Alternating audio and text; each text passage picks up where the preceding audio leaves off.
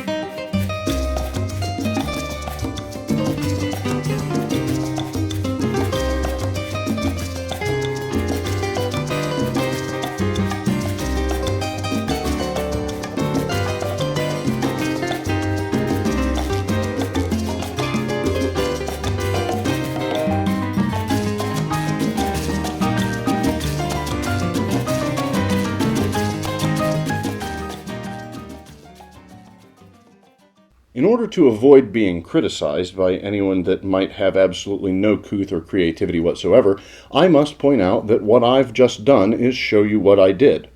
Now, for the sake of instruction, I'll tell you that you need to poke some holes for the rotary encoder and button, solder the battery leads to the charger, and solder some jumper wires to connect to the pico. You can pick whatever GPIO pins you like for this. Connecting the positive from the regulator to the V-bus pin on the pico and the ground to a ground pin is also a good idea. The rotary encoder wants power from the 3.3 volts, so connect that to the 3.3 volt pin, and again, find a ground pin for the ground. The rest is all preference, really. Please don't lick any of the parts.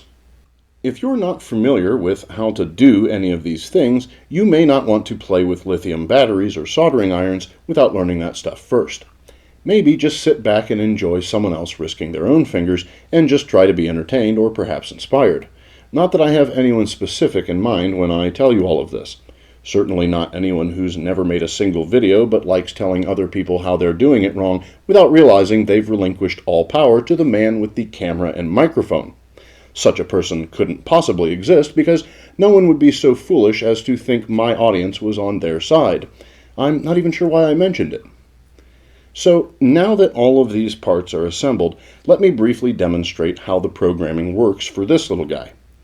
When I press the rotary encoder down, I wake the device up. When I turn the knob and press the button, a command is sent to a service on my Home Assistant which raises or lowers the brightness of the lights I've pre-selected. When I press the button twice in a row without turning the knob, the device switches to controlling the color temperature of those lights. If you want to use the code that I'm using here, you'll have to put the entity IDs in the appropriate places. I'll put comments in the code before I post it, but keep in mind it's designed to work specifically with lights that have both brightness and color temperature. You could, of course, modify it to do all kinds of things. Earlier in the video, I mentioned that I was going to use one of these project boxes for another purpose. I will now reveal that purpose. This is another macro box, similar to the password macro devices I've shown previously, except this one has two modes. The switch in the back toggles between being a key input device to being a media controller. The reason I did this is because I wanted a device that I could get more functionality out of regularly. Another thing this version of the device allows is entering new key combinations or passwords directly on the device, although it may be a little tedious for some folks' taste. Before I get into the details of the controls, it's time for another montage. You know, that thing that isn't a tutorial on how to build a device, but rather a neat clip of me building it as visual stimuli. If you're not a fan of that sort of thing, I don't do it every video, but it is something I commonly do. If you have negative feelings about that and would like to judge my content regardless of what you may or may not have paid to see it, feel free to leave a comment below so I get more engagement and fodder for another video. Now, on to that montage.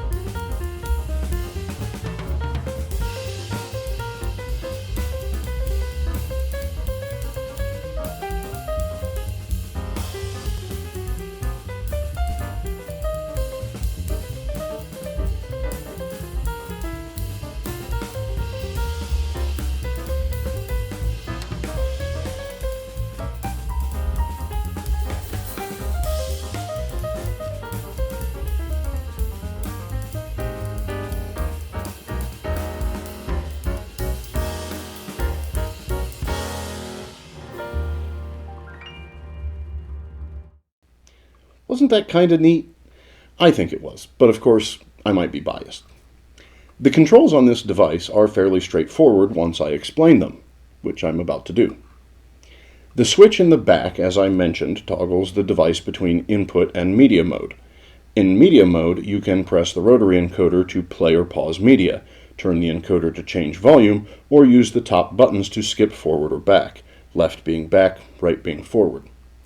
In key input mode, turning the rotary encoder cycles through stored key combinations or passwords, all of which are encrypted on the device in the same way they are on my other password devices. Pressing either of the top buttons will execute the key combination in the selected slot. Depressing the rotary encoder allows you to edit what is stored in the selected slot. To simplify matters, I've put in 30 editable slots. The screen will indicate that you are in edit mode and whether you are editing the label or the key combination itself. Turning the rotary encoder in this mode will cycle through characters. Pressing the left button on the top will switch between label and combination, and pressing the right will move to the next character. Pressing it twice while the character is blank will remove the previous character. Pressing the rotary encoder again will take you out of edit mode.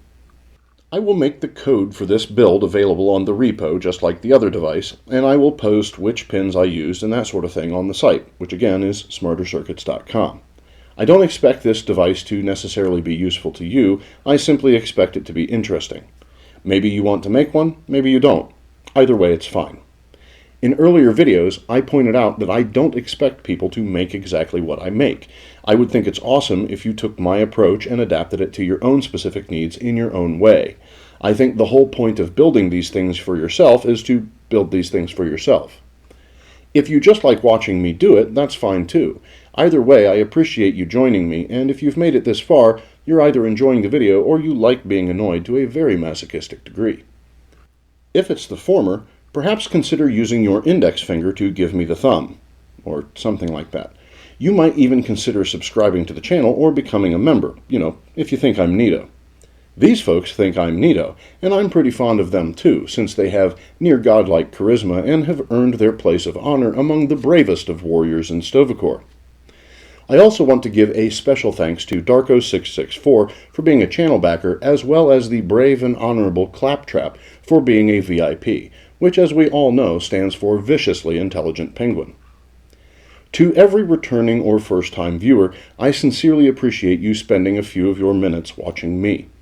Thanks for listening to me ramble, and I do hope you'll join me for future videos as I continue building and exploring smarter circuits.